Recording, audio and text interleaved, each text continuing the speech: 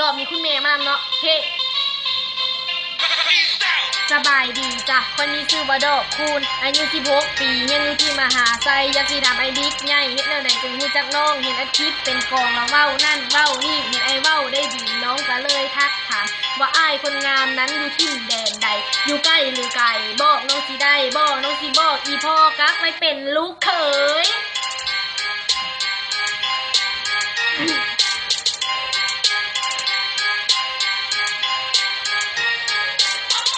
น่าฮักจังเลยผู้บ่าวบ้านไก่น้องลงฮักงดใจเฮ็ดจังใดสิได้อ้ายน้องคนผู้ให้แต่มักอ้ายผู้รออยากถามได้บอกว่าฮักน้องได้ตี